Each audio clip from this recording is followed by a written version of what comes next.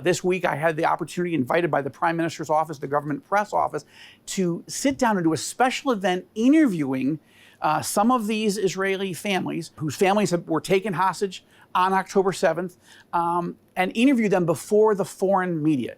OFRI BIBAS, you're the aunt of two of the youngest hostages and the youngest in Kfir, these two beautiful red-headed children. Would you talk about what have you gone through? And I just want to give you an open-ended question there. Yeah, my family unfortunately has become maybe the most famous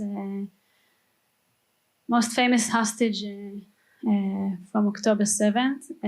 Shiri's horrible picture with being taken with the boys was one of the first picture published, I think.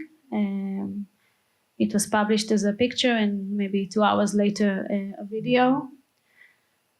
When it was published about 2 hours after my brother sent me the last text. I was texting him while he was in the safe room. He told me they were inside with the kids. They were trying to keep them quiet, which was a hard thing to do because it was a 4 years old and a baby. He told me he can hear gunshots and screaming in Arabic, and he was terrified. He was ready with his gun. At some point, he said goodbye to Shiri and the boys. He left them in the safe room and he went outside to try and fight the terrorists, eventually going with them. For 3 days we didn't know what happened to my brother, and on the 10th of October, which was his birthday, a picture of him popped in an Arab news site, and we saw that he was taken as well, taken injured in his head. Up till now, we know nothing about Shiri and the boys, apart from what Hamas published of them being killed from an Israeli bombing. It was published 2 months ago now at the last day of the deal. Yeah. And up till now, we don't know anything about their faith. Almost everything we discovered so far was through media. It's always one step before the intelligence can even come and tell us. I think we all share the same feeling that the most difficult is just not knowing. Yeah.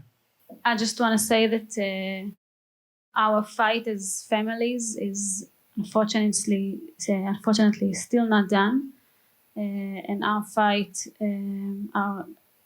the fight of the Israeli government is against Hamas is not done, and we need the local media and the international media to keep the subject alive, to keep it on the news,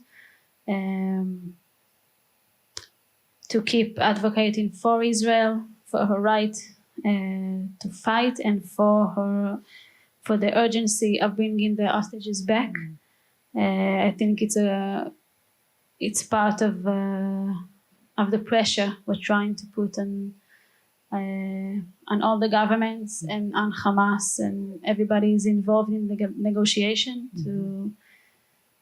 to end this situation. Because like Yoni said, it's clearly that the hostages doesn't have any time to spare. They can die every minute.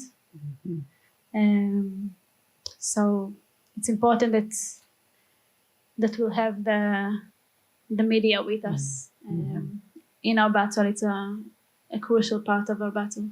Please share this on social media, of course, and mobilize other people to pray, and don't lose the urgency of this story of these Israeli and foreign hostages. Thank you so much for watching.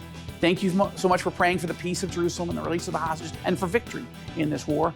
And have a great week with you and your family. And Lord willing, I'll see you next week right here on the Rosenberg Report.